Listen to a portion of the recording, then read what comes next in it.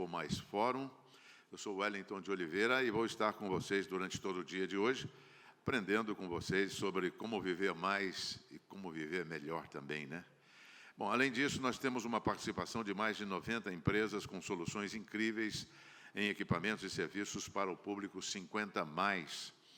E ao abrirmos agora os trabalhos do Fórum, um agradecimento especial à Prefeitura e à cidade de São Paulo, nossa grande anfitriã e forte apoiadora.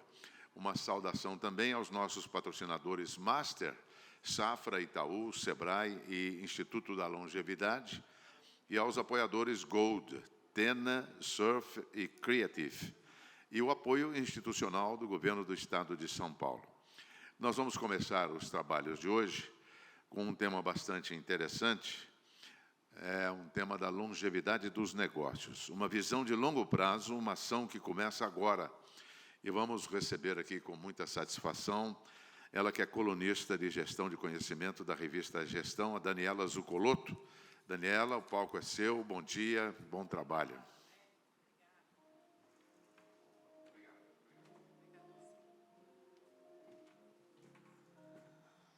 Bom dia, obrigada pela presença. Muito bom que a gente pode fazer essa conversa de forma próxima.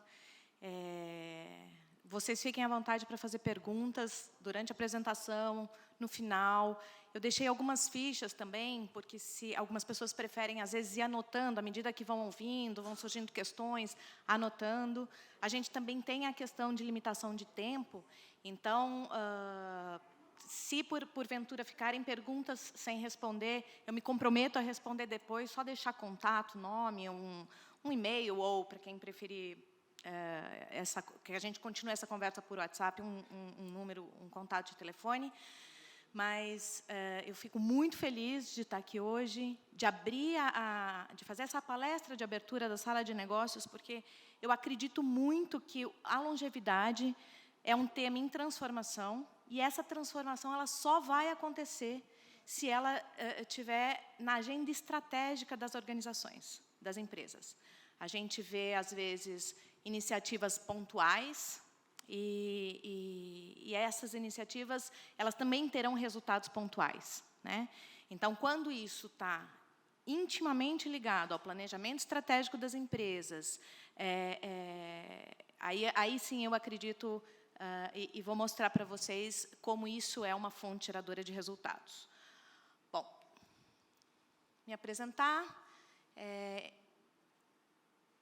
Eu sou comunicadora social e publicitária de formação, mas eu tenho pós-graduação em gestão de negócios, em pesquisa, extensão em pesquisa pela Universidade de Berkeley, na Califórnia. Enfim, nunca parei de estudar. É o que a gente hoje fala de long life learning, né? O conceito veio depois, mas a gente dessa geração sabe que teve que se aperfeiçoar e continuar, enfim, estudando a vida toda. Então, a minha formação acadêmica é extensa, mas eu queria passar menos por isso, só para aqui, já que vocês abriram, vocês estão aqui doando atenção para mim, então eu queria, de alguma forma, que vocês me conhecessem um pouquinho mais. Carreira de executiva corporativa, 20 anos na TV Globo, e agora eu resolvi pivotar minha carreira e entregar a minha experiência em diversidade geracional, em diversidade, negócios, comunicação, para esse tema da longevidade, né? Mas vamos lá. Começo com um dado que todos vocês conhecem: o século XXI é o século para o Brasil do envelhecimento, o envelhecimento acelerado. E trago só um dado que contextualiza isso, que é o que a França demorou 145 anos para fazer, que foi o percentual da população 60+, dobrar de 10% para 20%, no Brasil isso vai acontecer em 25 anos. Quando a gente fala que isso que é um processo, que essa revolução da pirâmide etária é um processo acelerado, é dessa grandeza de velocidade que a gente está falando. Por isso, a gente vê cada vez mais as empresas começarem a despertar para essa agenda da gestão da longevidade. Porque não é uma questão de inclusão, é uma questão de estratégia. Se a população envelhece, se os maduros eles serão tão representativos, já somos, mas serão ainda mais representativos, não é a inclusão do longevo, mas é a longevidade do negócio. Os negócios eles vão prosperar se essa camada da população prosperar também. Mas, quando a gente fala sempre em projeção, parece que é uma coisa que ainda vai acontecer.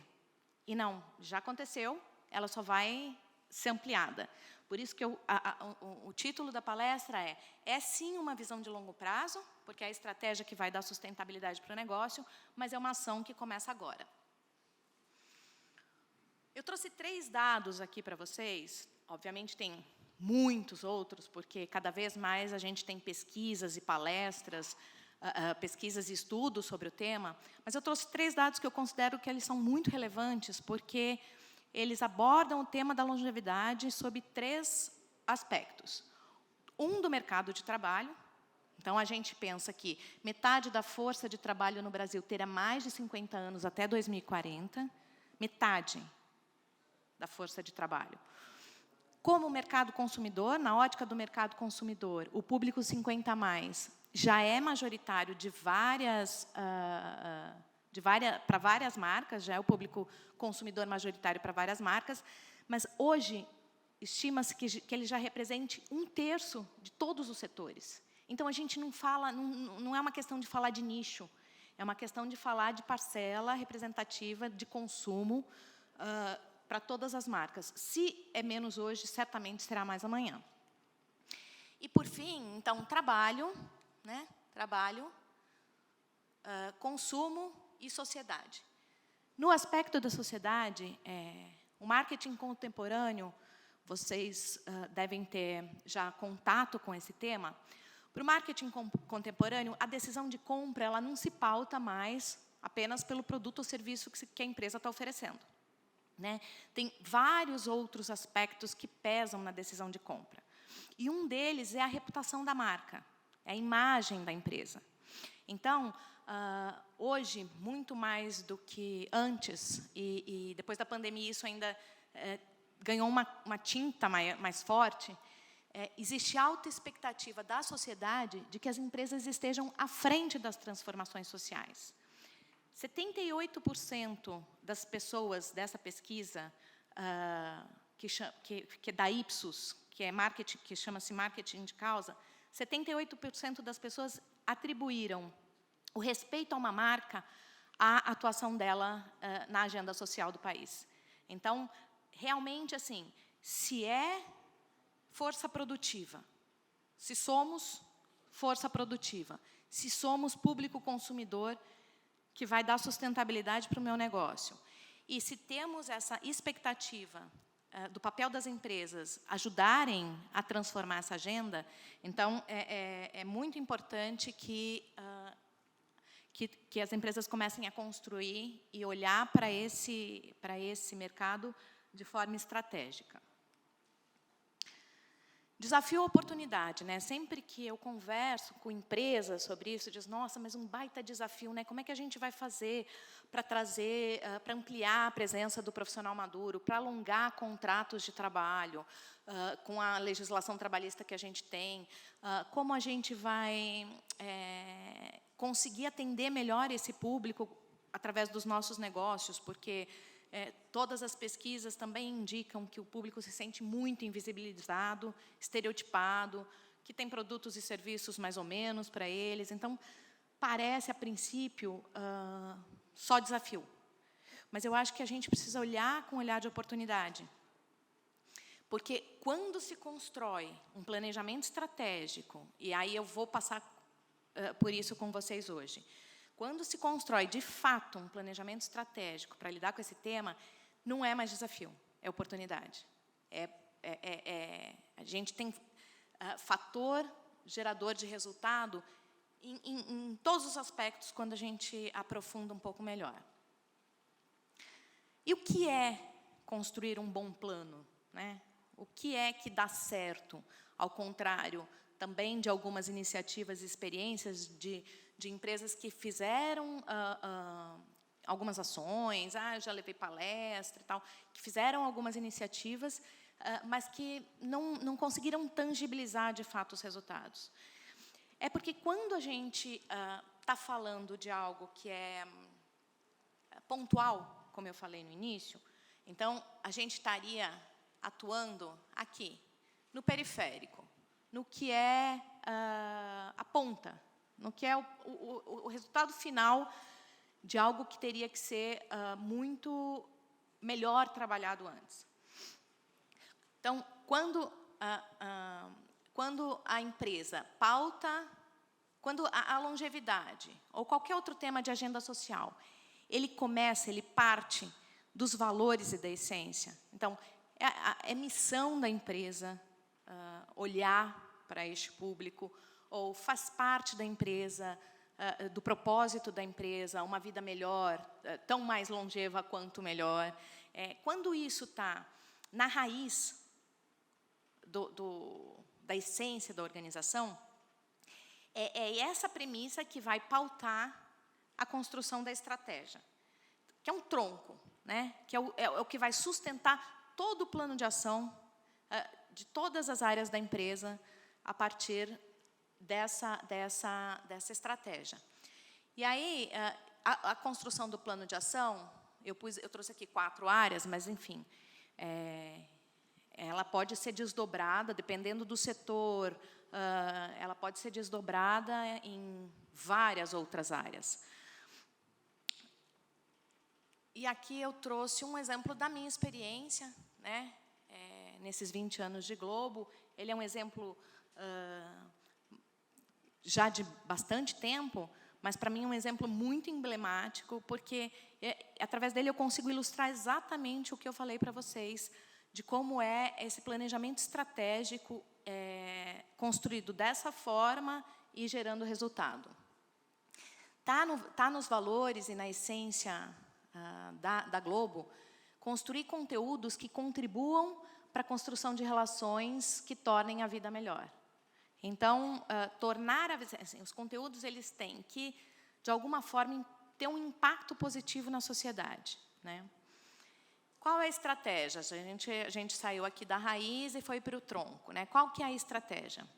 Qual foi a estratégia? Precisamos mapear as pautas da agenda social do público sênior. Se esse público é um público tão relevante enquanto audiência para a empresa, deixa eu entender como eu posso, no meu papel de transformação social, como eu posso apoiar ou contribuir para a construção, tornar a vida melhor, né? O plano de ação, nesse exemplo especificamente, ele foi pautado em produto, comunicação e valor social, ESG, e ele foi traduzido como plano de ação e na criação de um núcleo dentro da novela Mulheres Apaixonadas, para expor a questão dos maus tratos aos idosos, né? Era uma neta que tratava muito mal os seus avós, enfim. Isso foi uma questão na novela, mas essa pauta ela foi abordada no jornalismo, nos outros programas de entretenimento. Então, de novo, todas as áreas que bebiam daquela diretriz estratégica foram traduzindo como, no papel de cada uma, elas poderiam trabalhar com essa questão. E o resultado, além da audiência, obviamente, essa novela teve recordes de audiência, o mais representativo foi que isso trouxe uma comoção, causou uma comoção na sociedade, que passou a pressionar o legislativo. O Estatuto do Idoso estava em trâmite de aprovação há 5 anos. E, quando a sociedade olhou para essa questão e se despertou para o tema, essa comoção, essa pressão fez acelerar a tramitação do Estatuto do Idoso. Então, veja que não é algo lá na pontinha, né? Não é algo... uma ação isolada no topo da árvore. É algo que é construído a partir de valor, essência, estratégia, plano de ação, e aí resultado vem. Não há como não vir. Essa ação, esse exemplo que eu trouxe, fala muito da área de comunicação e de marketing, né, da área de produto, mas eu vejo grandes oportunidades também para a gestão de pessoas, então, especificamente para a área de recursos humanos. Aqui eu coloquei algumas ações que cada área pode fazer. Olha, se vocês quiserem, depois eu posso mandar essa apresentação para vocês. Só deixar na ficha, tem uma fichinha, não sei quem estava aqui no início da palestra, deixa nome, um contato, um e-mail ou um telefone para receber, e eu posso encaminhar, porque eu preparei um e-book para vocês com os principais pontos. Mas, enfim, retomando aqui, tem várias frentes de atuação dentro das organizações. Aqui estão alguns exemplos do que é possível startar pelo marketing, pela comunicação e por recursos humanos. Mas, já que o primeiro exemplo ele ficava centrado em produto, e em comunicação e marketing, eu queria destacar 3 grandes oportunidades na área de recursos humanos, ou de lideranças. Eu não sei, infelizmente não conheço vocês, adoraria conhecer. Então, não sei a motivação de vocês estarem aqui hoje comigo, vendo esse assunto, mas eu não sei se ela é mais corporativa, no sentido do que eu posso fazer dentro da minha empresa para fazer a gestão dessa agenda, ou quanto ela é mais individual, enfim, o que eu levo para mim, o que eu levo para mim para fazer a minha autogestão, né? Como a gente está na sala de negócios, eu drivei a apresentação muito mais para essa missão corporativa, mas também fico à disposição, se vocês quiserem depois encaminhar perguntas mais individuais, ou mais na temática da pessoa física, vamos dizer assim. Em RH, as oportunidades. Eu vou começar pelas habilidades do profissional maduro. Exatamente para a gente sair desse pensamento de inclusão e migrar para o pensamento de valor, né, de valorização. Um estudo do International Longevity Center, ele associa diretamente longevidade e produtividade. E tem uma série de motivos para isso, né? É um estudo extenso e tem uma série de motivos para isso, que hoje a gente não consegue abordar, mas que fica aqui uma referência, porque eu acho que quem quiser se aprofundar nisso, realmente esse estudo traz muita informação bacana. Eu resumi aqui em 2 pontos, de forma muito simplista, mas o resultado disso, o resultado entre relação positiva de longevidade e produtividade, é a somatória da experiência e do conhecimento adquirido ao longo da jornada e do desenvolvimento de inteligência emocional e habilidade social.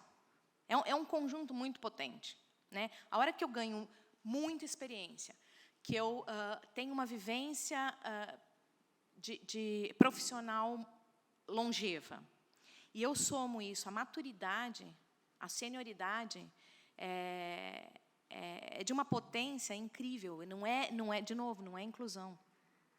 E aí, esse até é o meu LinkedIn, Instagram da Middle Us, que é a consultoria que eu fundei. Mas essa é uma frase extraída desse estudo que eu falei para vocês. Ampliar a presença do profissional maduro dentro das organizações é incorporar resiliência, engajamento, boas relações interpessoais, responsabilidade, colaboração, visão abrangente de cenários, capacidade de lidar melhor com adversidades, conhecimento, criatividade e produtividade.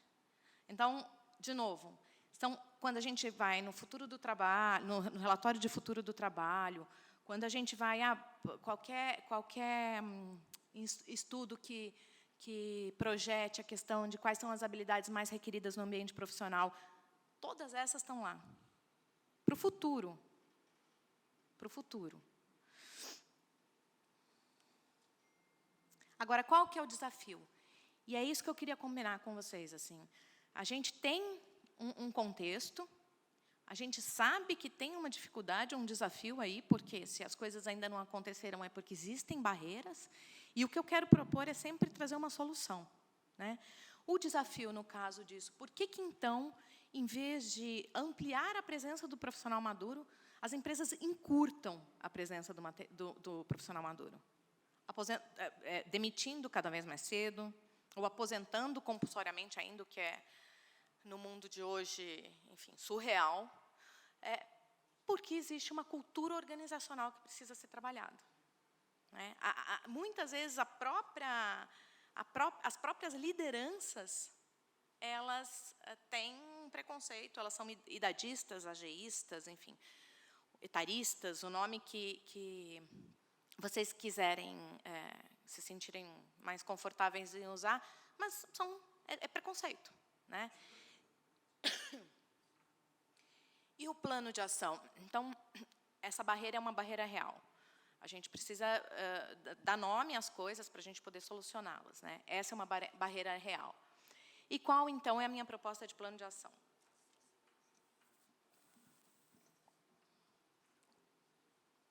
É ajudar a criar, construir uma nova narrativa sobre longevidade dentro das organizações. Tem duas formas de fazer isso, e as duas são absolutamente necessárias. Uma é conscientizar as lideranças e os colaboradores sobre o preconceito, é falar do preconceito, mas é mostrar muito essa potência, né? O quanto diversidade geracional, diversidade etária, ela é propulsora de resultado dentro da organização. Né? É sempre falado que não é legal, que é o preconceito, mas mostrar massivamente o quanto isso é potente. É isso que transforma a narrativa. E revisitar as práticas de gestão de idade dentro das organizações. O que são práticas de gestão de idade? São, assim, todas as oportunidades aqui dentro da organização. Elas são de igual acesso a pessoas de qualquer faixa etária. E aí a gente passa contratação, retenção, desenvolvimento, treinamento e desenvolvimento. Enfim, as minhas práticas, promoção, as minhas práticas, elas são iguais, né? Elas dão acesso de forma igualitária a todos. Então, se não, é preciso revisitá-las. Não basta só a gente falar da importância disso, da potência disso, se na prática o que os meus colaboradores veem é outra coisa. Né? Eu sempre digo, a cultura organizacional, ela precisa ser mais vivida do que pensada. Então, esse é o início do fio da meada. Assim, é por aqui que a gente começa. Outra oportunidade na área de gestão estratégica de pessoas. Aquela questão que eu falei de diversidade geracional, ela deve ser valor e não conflito. Muito também do que eu entendo que as pessoas das organizações falam olha, puxa, mas eu tenho tanta dificuldade quando no meu time eu tenho pessoas mais jovens e, ao mesmo tempo, tenho pessoas mais sêniores ou mais velhas, enfim. Isso gera tanto conflito, é difícil administrar e tal. Mas tem um jeito, de novo, se essa é uma oportunidade, se a gente entende que encontro de gerações no ambiente do trabalho é fator gerador de riqueza, que a diversidade de ideia traz criatividade e inovação para dentro dos times, e se isso já acontece, porque a gente já tem 5 gerações trabalhando juntas no mercado de trabalho, então, por que existe conflito? E aí, eu queria compartilhar 3 aprendizados meus ao lidar com times multigeracionais. Queria compartilhar com vocês, porque eles apontam de forma direta para a solução. A formação de equipes de diferentes faixas etárias não significa partilha de conhecimento. Não é porque eu tenho no meu time pessoas de idades diferentes que elas vão trocar, compartilhar conhecimento. Segundo aprendizado, fazer um workshop. Olha, hoje a gente vai trabalhar todo mundo junto aqui. Eu quero que você... Enfim, eu quero formar grupos diversos e para discutir, enfim. Isso não vai representar depois a forma... Não vai mudar depois a forma como as pessoas se relacionam no dia a dia. Não basta um workshop. É isso que eu quero dizer. E 3, que também as empresas estão... obviamente, na boa intenção e na obrigação de, enfim, passar pelas agendas, responder aos desafios, entregar lá seus resultados, responder a indicadores, elas saem fazendo algumas ações. Por exemplo, abertura de vaga. Não, mas eu aqui tenho vaga para júnior, porque idadismo, etarismo, ageísmo, ele é um preconceito com relação à idade. Seja do jovem, você é muito jovem, para. Seja do sênior, você é muito velho, para. Né? Então, a empresa diz assim, quando a gente começa a conversar, a empresa diz, não, mas eu abro vaga tanto para júnior quanto para sênior aqui. Só que isso não representa, não garante um ambiente inclusivo. Põe todo mundo lá, põe todo mundo junto e espero que as coisas se resolvam. Né? E não é assim que funciona. É preciso ser intencional para criar ambiente em que diferentes gerações possam partilhar, integrar conhecimentos, valores e competências. Esse é um papel muito importante. Trazer gente para conviver excelente, ter um líder, um gestor que pense, que veja valor nessa diversidade geracional, excelente. Mas, a partir do momento que as pessoas estão juntas, elas precisam de um facilitador. E esse é o papel da liderança, de um facilitador que faça isso ser valor e não gerar conflito. Então, o plano de ação, obviamente, parte pela formação dessas lideranças multigeracionais. A gente tem que ajudar as lideranças das empresas a desenvolverem sua habilidade, sua capacidade de inspirar, conduzir e engajar equipes diversas. E diversas, hoje em dia, a gente realmente não fala só no pilar etário, a gente fala em tantas outras diversidades, até mais, inclusive, né, que estão até mais presentes na agenda das organizações, mas a liderança ela assumiu esse papel, como lidar com diversidade, mas precisa de suporte. Também a questão de implantação de laboratórios intergeracionais. Hoje, todas as metodologias ágeis, eu não sei o quanto nós aqui estamos familiarizados com isso, mas todas as metodologias ágeis são formas em que eu trabalho junto com o outro, né? E com o outro pode ser dentro do meu time, pode ser com o outro da outra área, pode ser com outro de outro nível hierárquico, mas a forma como eu trabalho mudou. É essa a grande diferença da forma como o ambiente de trabalho era ontem e é hoje. A forma de trabalho mudou, a gente não trabalha mais por caixinha. Então a minha área entrega isso, depois eu entrego para outra área que entrega aquilo, e deu errado, mas a minha parte eu fiz, enfim. Era muito centrado no papel departamental ou hierárquico da organização. Hoje não, hoje tudo é muito misturado, porque o foco não está mais na área, está no resultado entregue. Então, as metodologias ágeis, elas são poderosíssimas para construir essa diversidade como valor.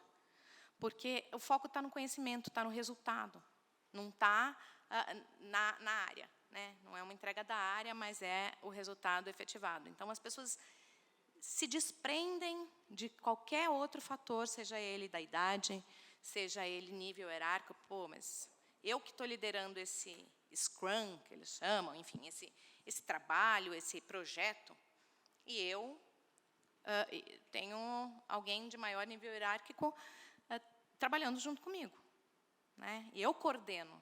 Então, quando as pessoas se desprendem dessas outras coisas e focam no conhecimento que está ali reunido para resolver aquele problema e no resultado que é comum ao grupo, que é um objetivo comum do grupo, ao grupo entregar, você começa a criar ambientes diversos geracionalmente, realmente que funcionam, vamos dizer assim.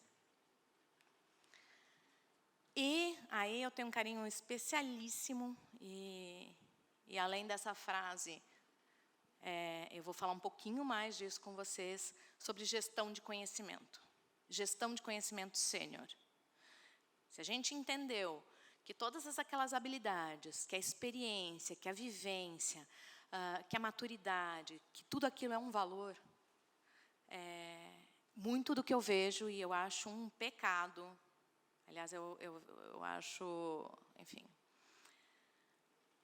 pouquíssimo produtivo para a empresa, deixar esse conhecimento ir embora no momento que esse profissional não está mais CLT comigo. Primeiro, a gestão do conhecimento sênior representa o quê? Então, essa formalização do conhecimento como legado para a organização. Investir em conhecimento é algo muito caro em tempo, né? Leva anos para você formar e desenvolver algumas habilidades, e em recurso, em dinheiro mesmo, né? É só a gente imaginar, é só a gente pensar nas verbas de treinamento das organizações, ou no investimento que nós mesmos fizemos ao longo de toda a vida na nossa formação. É muito caro. Como é que eu, empresa, deixo esse conhecimento embora, porta fora? Se vocês estiverem aqui como pessoa física, como eu falei, como é que vocês podem fazer autogestão desse conhecimento? O que eu sei que é valioso para a organização que eu trabalho? Ou o que eu aprendi até aqui que é valioso que eu posso oferecer para outra organização? Também é uma forma da gente olhar para a gestão do conhecimento como indivíduo, né? Como pessoalmente, mas com objetivo profissional. E eu sempre que falo isso também, a Ida, que está lá no fundo, e que é a minha assessora de imprensa, minha parceira, na verdade, ela sempre diz, Daniela, mas é preciso, é bonito, é bacana, é incrível, é verdade, é valor e tal, mas é muito importante que as empresas entendam onde isso é crucial para o negócio, né? Onde ela ganha com isso, ou onde ela deixa de perder com a gestão do conhecimento sênior. Então, ressalto aqui 2 aspectos. Um são os ganhos em economia e eficiência operacional, que eu vou explicar. E, de novo, a geração de reconhecimento e pertencimento. A gente se orgulha muito de tudo que a gente sabe, de tudo que a gente construiu. Quando a empresa põe um holofote nisso, põe luz nisso, gera um pertencimento. Você se sente parte daquilo. Você quer continuar contribuindo para aquela empresa de alguma forma, para as pessoas que virão. Você quer fazer essa transição. Então, isso como clima organizacional também é potente. Mas vamos passo a passo aqui, porque realmente esse é um aspecto importantíssimo da longevidade, da gestão da longevidade nas organizações.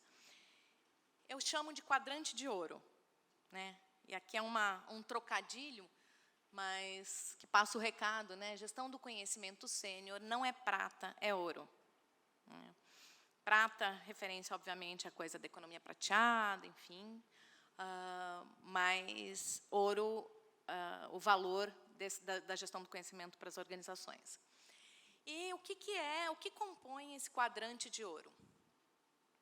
Ou seja, aonde eu, organização, ganho em fazer essa gestão do conhecimento? Primeiro, o conhecimento proprietário, ele é um diferencial muito estratégico, né?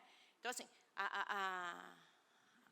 todo mundo faz refrigerante, mas o jeito que alguém faz refrigerante torna aquela marca muito diferente, muito especial, né? Ela ganha um diferencial competitivo muito estratégico. Pode ser quem faz refrigerante, pode ser quem vende serviço, pode ser quem cria conteúdo, enfim.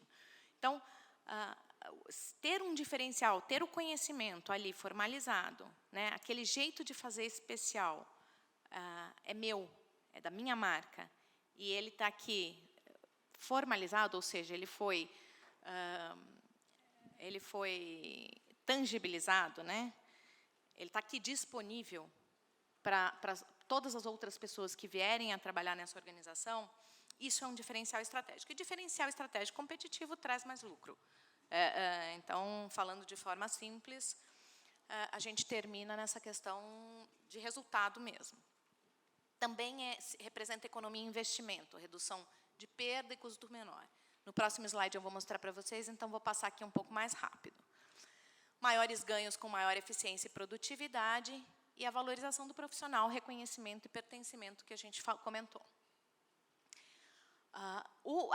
O valor do conhecimento e a transmissão efetiva, quando eu proporciono que as pessoas que detêm aquele conhecimento sênior na organização, eles possam transmitir efetivamente para as pessoas, isso abrevia muitos passos de quem está chegando, né? Que em vez da tentativa do erro, ele parte de outro patamar de conhecimento. Isso leva a melhores decisões, a decisões mais ágeis e começa a criar um ambiente de trabalho contínuo, né? Um ambiente, de aprendizado contínuo, mais criativo, com maior qualidade. Essa outra questão, por exemplo, de manter qualidade de serviço e relacionamentos com clientes, às vezes, quando sai alguém que é muito sênior, saem com ele relações, né? Desculpem.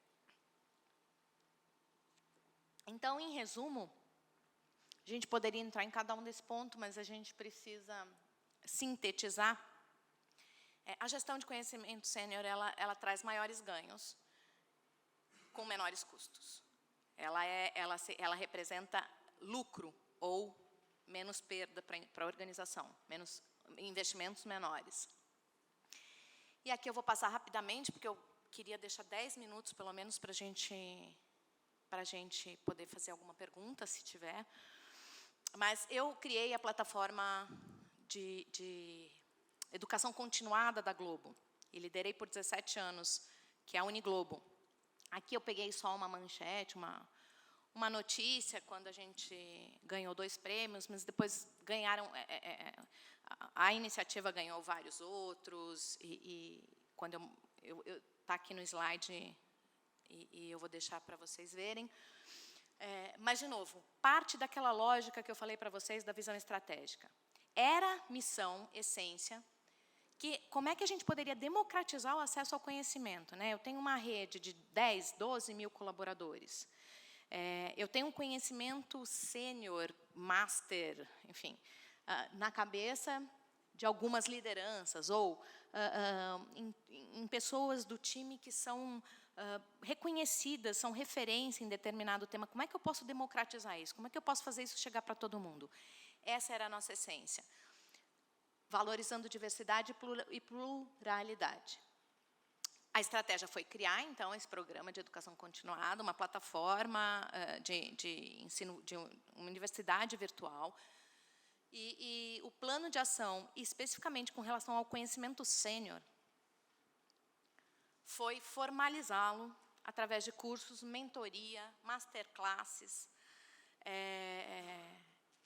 Era onde estava, era o potinho, eu brincava, era o potinho de ouro, né? Era onde estava a riqueza de toda aquela vivência, de toda aquela experiência adquirida ao longo do tempo, que podia abreviar passos das próximas gerações, ou podia... esse sênior que estava ali no dia a dia com a equipe, e que conseguia fazer transmitir esse conhecimento, essa equipe crescia e tal... ele passa a também conseguir levar isso para as pessoas que não estão próximas fisicamente. E, de novo, a gente cria todo aquele círculo virtuoso de pertencimento, de geração de valor para o negócio, de retroalimentação. Então, tem aqui uma série de resultados uma série de resultados. De novo, raiz, essência, tronco, estratégia, o plano de ação são as iniciativas e isso traz resultado, né? Aqui em cima, eu busquei focar nos resultados internos da universidade e aqui embaixo nos externos, que foram premiações que a Uniglobo recebeu. Eu também tive a oportunidade de liderá-la e recebi ao longo dessa jornada.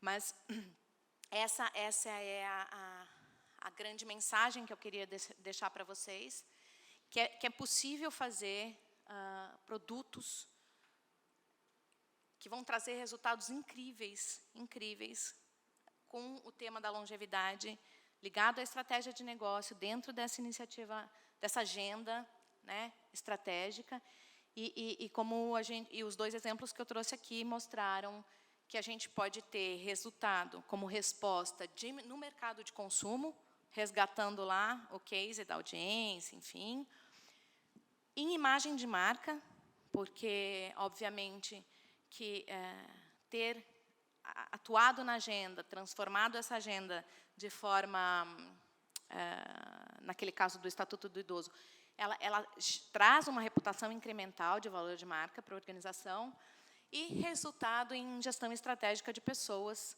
que foi esse último case da universidade que eu trouxe para vocês, que traz resultado porque o conhecimento ele retorna em valor para a organização, né? E isso faz com que a organização continue tendo ganhos incrementais, tanto de qualidade quanto de lucratividade. Era isso, 10 minutos, consegui. Eu queria deixar esses 10 minutos, se vocês tiverem perguntas. E vou deixar aqui meus contatos, porque o que a gente não conseguir conversar hoje aqui, a gente pode continuar conversando em outro momento. Vamos lá, pessoal. Oba.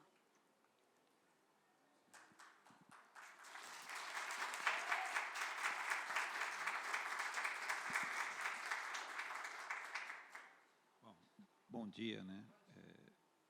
Elias, né? Meu nome.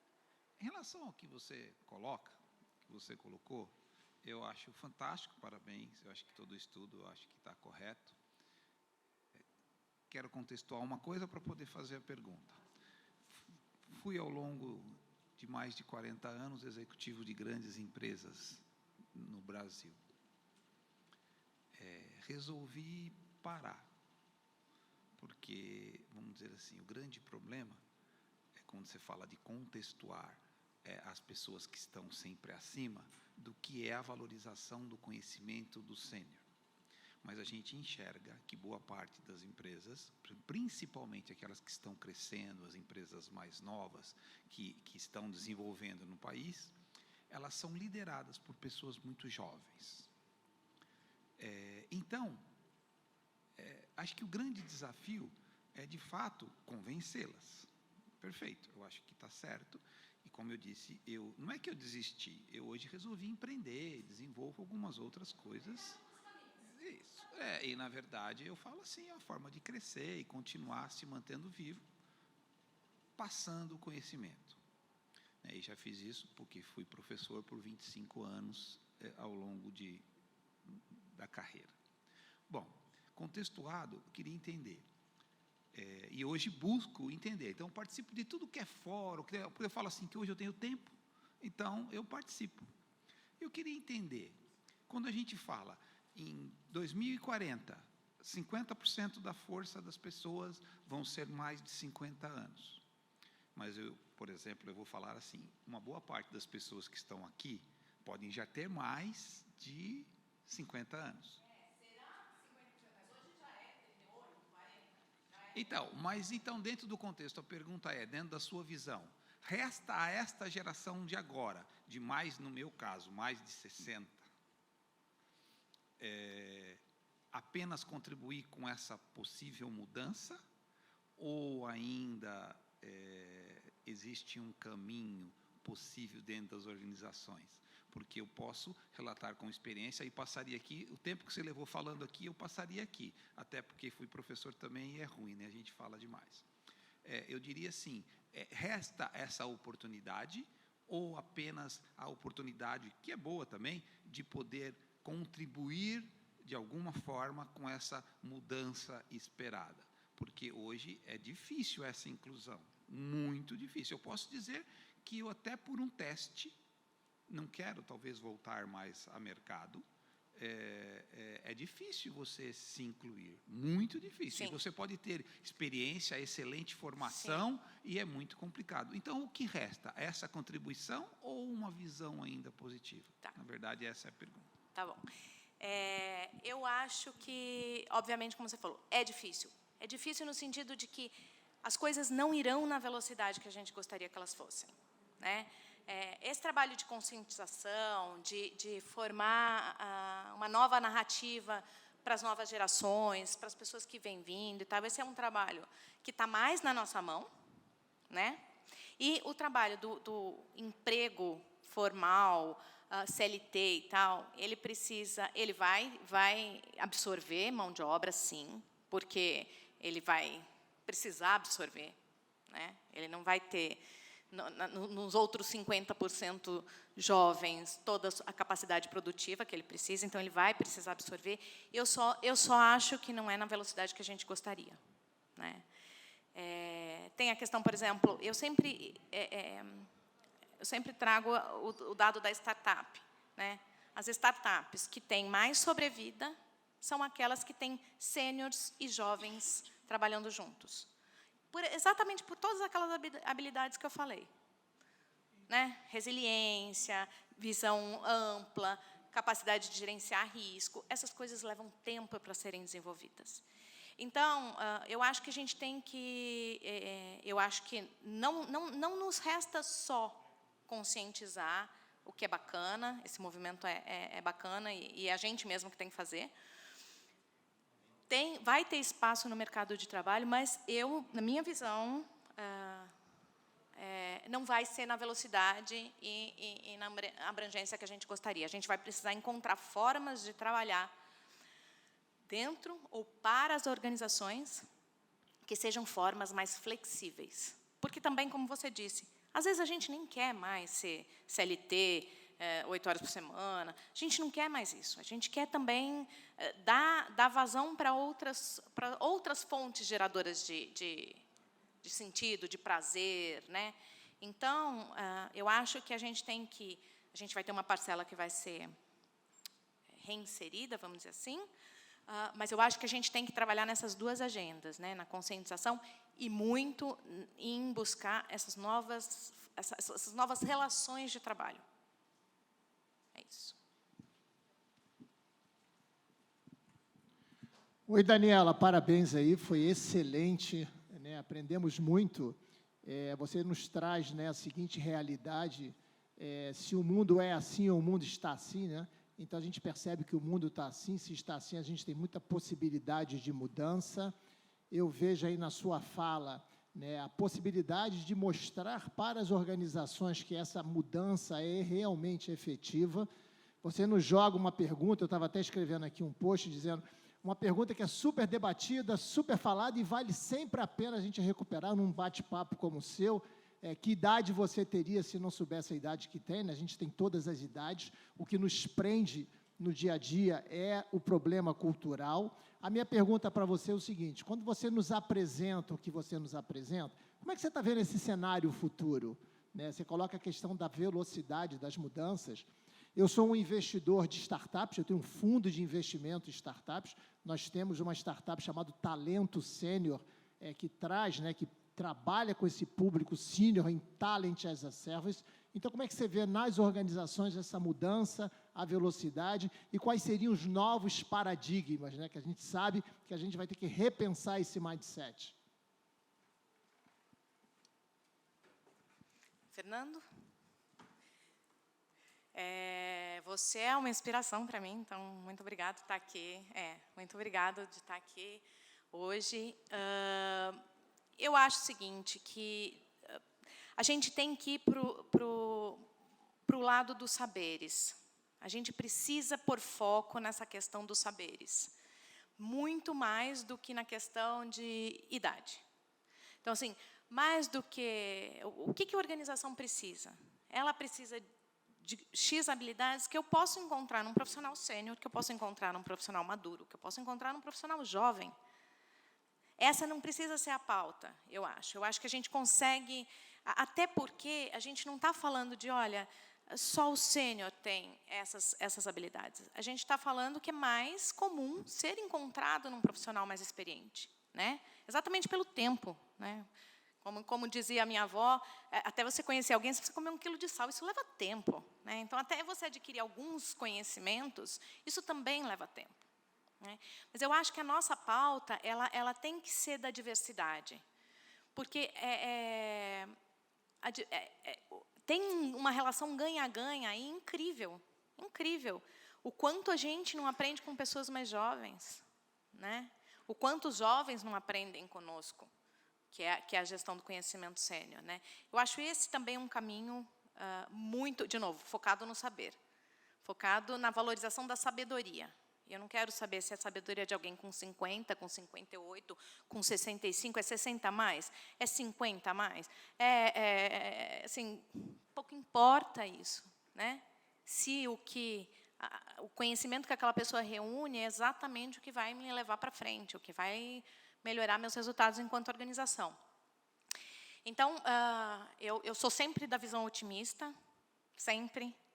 Eu acredito que, sim, como você vê o futuro, eu vejo um futuro muito melhor nesse tema, porque eu acho que a gente aqui tem pessoas muito interessadas nisso, né?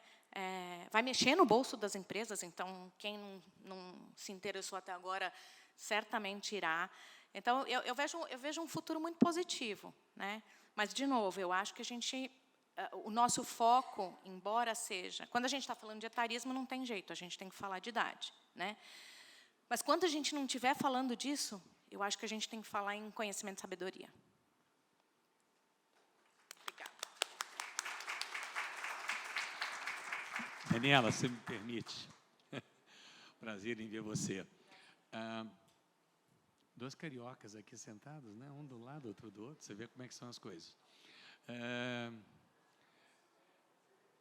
Eu creio que também tem um lance que tem que ser considerado, que é a questão do propósito, né? Há talvez 1, 2 gerações antes dessa do Baby Boomer, a geração silenciosa, né? A pessoa se aposentava, o homem ou a mulher, muito mais, aliás, os homens do que as mulheres, né? E não tinha realmente muito o que fazer. O máximo era pegar, fazer um cruzeiro, quando dispunha de recursos para tanto, ou então passar um tempo em Caxambu, né?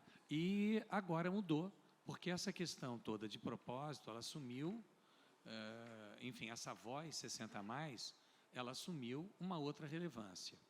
Na questão do futuro, então, o nosso amigo aqui, que é de empresas, né? Eu fui executivo de banco, de investimento há muito tempo, mas eu saí a tempo de poder montar minha própria consultoria aos 40 anos de idade, porque montar aos 66 agora ia ficar muito difícil, mas montar aos 40 era muito mais fácil, e criar uma carreira nisso.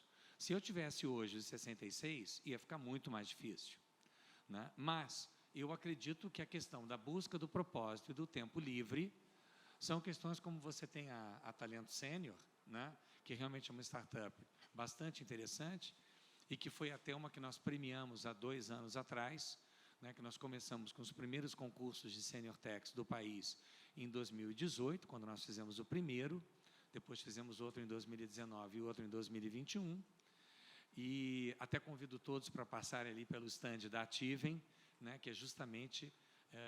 uma consultoria de economia prateada e que também tem essas questões de inovação. Então, a minha pergunta para você é quando você fala muito de valor para as empresas. O valor seria essa troca intergeracional, seria essa troca de conhecimentos, que eu acredito que seja, mas eu acredito que nós estamos numa fase de transição, né, que ainda vai demorar para as pessoas que têm hoje 60, como você, que é um executivo, eu te digo assim, né, de 60 a mais para 60 a mais. Eu acho muito difícil que a gente vá conseguir emprego, porque o idadismo ainda é o grande mal. O preconceito é o grande mal. Eu sei que está esgotado, Entendeu? Agora, vai lá, Eu Daniela. vou responder de forma muito breve, porque realmente o tempo já está esgotado, mas a gente continua. Sérgio também, ele foi uma das pessoas que me introduziu nesse mercado da longevidade, então eu tenho muita gratidão e a gente continua essa conversa depois. Propósito é realmente algo muito presente nessa fase da vida, nessa fase de transição, em que você começa a repensar se tudo que te trouxe até aqui é o que vai te levar para frente, trazendo realização, enfim. Então, propósito é algo muito presente na nossa fase de transição. E eu acho, assim, que a gente pode encontrar propósito em outras atividades. A gente precisa ter abertura também para entender o que é o empreendedorismo, outros formatos de relação de trabalho, enfim. Eu acho que propósito ele tem que estar muito alinhado à abertura, porque para realizá-lo não necessariamente será no formato que você realizou até então. Mas a gente continua essa conversa. Gente, muito obrigada, muito obrigada.